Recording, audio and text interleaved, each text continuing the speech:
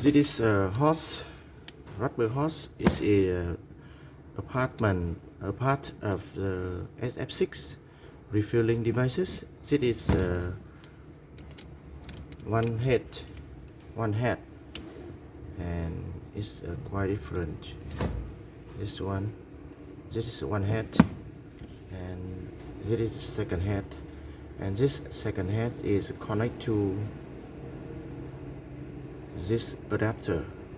Adapter is look quite different. It's very complex structure. It's adapter connect to this head, and this rubber hose is long about 5 meters.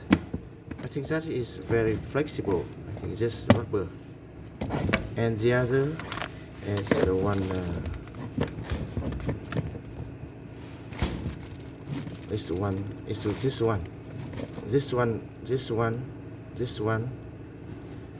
one is connected to the machine, the air breaker, circuit breaker, and this one connect to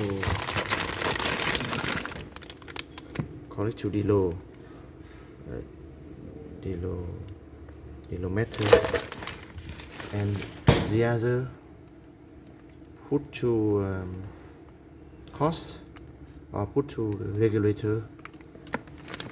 Yes, I think please look at it. Thank you.